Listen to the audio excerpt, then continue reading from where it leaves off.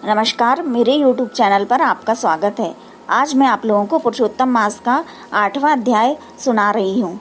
श्री गणेशाय नमः। सूत जी कहने लगी कि हे तपोधने, भगवान विष्णु और श्री कृष्ण के वचन सुनकर नारद जी अत्यंत प्रसन्न हुए, परंतु फिर भी प्रश्न करने लगे।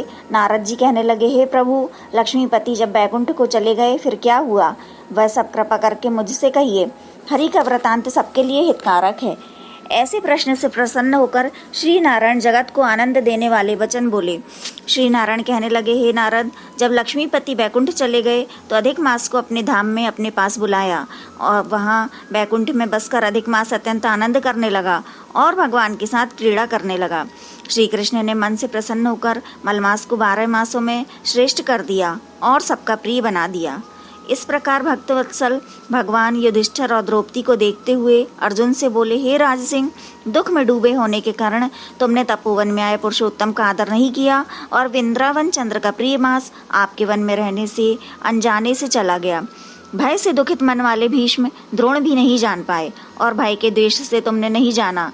वेदव्यास जी से प्राप्त विद्या आराधना में लगे रहे। भयंकर युद्धशाली अर्जुन इंद्रप्रस्थ गए और उसके दुख से दुखित आप लोगों ने नहीं जाना। अतः अब क्या करना चाहिए? मनुष्य को प्रारब्ध भोग अवश्य भोगना पड़ता है। मनुष्य प्रारंभ से ही सुख दुख भय और आनंद को प्राप्त होता है, अतः सदा भाग्य पर ही भरोसा रखो। हे महाराज, अब आपके दुख का दूसरा कारण कहता हूँ। इतिहास पूर्वक इस कथा को अच्छी तरह श्रवण करो। कृष्ण कहने लगे, यह द्रौपदी पूर्व जन्म में महाभाग्यशाली ब्राह्मण की पुत्री थी। कुछ काल व्यतीत होने पर 12 वर्ष की हो गई। अपने पिता की यह एक ही पुत्री थी और बड़ी चतुर, गुणवती और सुंदरी होने के कारण यह पिता को अत्यंत प्रिय थी। यह पड़ोसन सखियों का सुख देखकर पुत्र पौत्र की इच्छा करने लगी और विचारने लगी कि ऐसे मेरे भी अच्छे गुण और भाग्य वाले भर्ता और सुख देने वाले श्रेष्ठ पुत्र किस तरह उत्पन्न हो। परंतु प्रारब्ध ने तो इसे पहले ही नाश कर दिया। क्या करूं? क्या किसी मुनि के पास जाऊं या किसी तीर्थ में जाकर वहां पर रहूं? मेरा भाग्य कैसे सो गया है कि कोई भर्ता मेरी इच्छा नहीं करता है। बड़े आश्चर्य की बात है कि मेरे भाग्य से मेरा पंडित पिता भी मूढ़ हो गया है। विवाह काल प्राप्त होने पर भी मुझे अच्छे वर को नहीं सौंपता।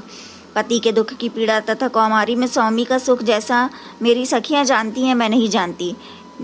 ऐसे व्याकुल तथा आकुल वाले मनोरथ की चिंता से मेरी भाग्यवती माता पहले ही मर गई। शोक और मोह की तरंगों से पीड़ित कन्या का पिता यह मेधावी ऋषिराज भी पृथ्वी में विचरने लगा, पर कन्या ध्यान के निमित्त जोड़ी का वर ढूंढने पर नहीं मिलने से अपने मनोरथ में निराश हो गया।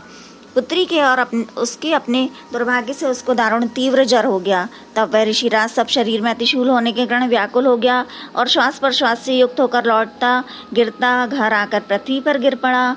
जैसे मदिरा पान करने से मूर्छा को प्राप्त हो जाता है, और अपनी पुत्री का स्मरण किया। जब तक पुत्री भय से व्याकुल होकर अपने पिता के पास आई, तब वह मरने के सदृश हो गया।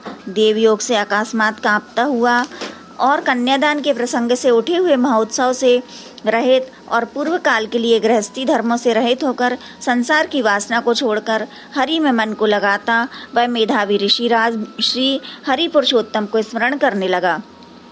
हे श्री कृष्ण, हे गोविंद, हे हरे, हे मुरारे, हे राधेश, हे दामोदर, हे दीनानाथ, हे ऋषिकेश्वर, आपको नमस्कार करता हूँ। आप मेरी संसार रूपी समुद्र से रक्षा करिए। इस प्रकार मुनि के वचन सुनकर बहुत जल्दी भगवान के पार्षद मरे हुए मुनि के जीवात्मा को लेकर भगवान के बैकुंठ धाम को चले गए और वह पुत्री पिता का मरण सुनकर हाय हाय कर रोती और पिता के देह को गोदी में लेकर विलाप करने लगी।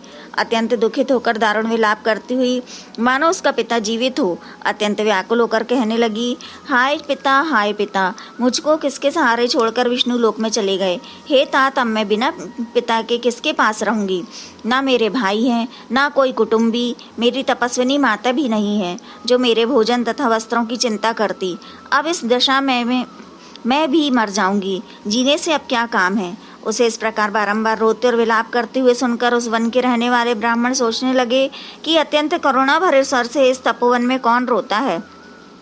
फिर तपस्वी मेधावी ऋषि की पुत्री का रोना निश्चय करके वहां पहुंचे और वहां पुत्री की गोद में मरे हुए मुनि को देखकर वन में रहने वाले मुनि ऋषि भी रोने लगे और पुत्री की गोद से मेधावी ऋषि की लाश को लेकर शमशान घाट में ले जाकर अंत्येष्टि विधि से चारों तरफ काष्ठ लगाकर जला दिया और कन्या को समझाकर सब अपने अपने घरों को चले गए। और कन्या ने धैर्य धारण कर तथा यथाशक्ति खर्च करके अपने पिता की अर्धदैहिक क्रिया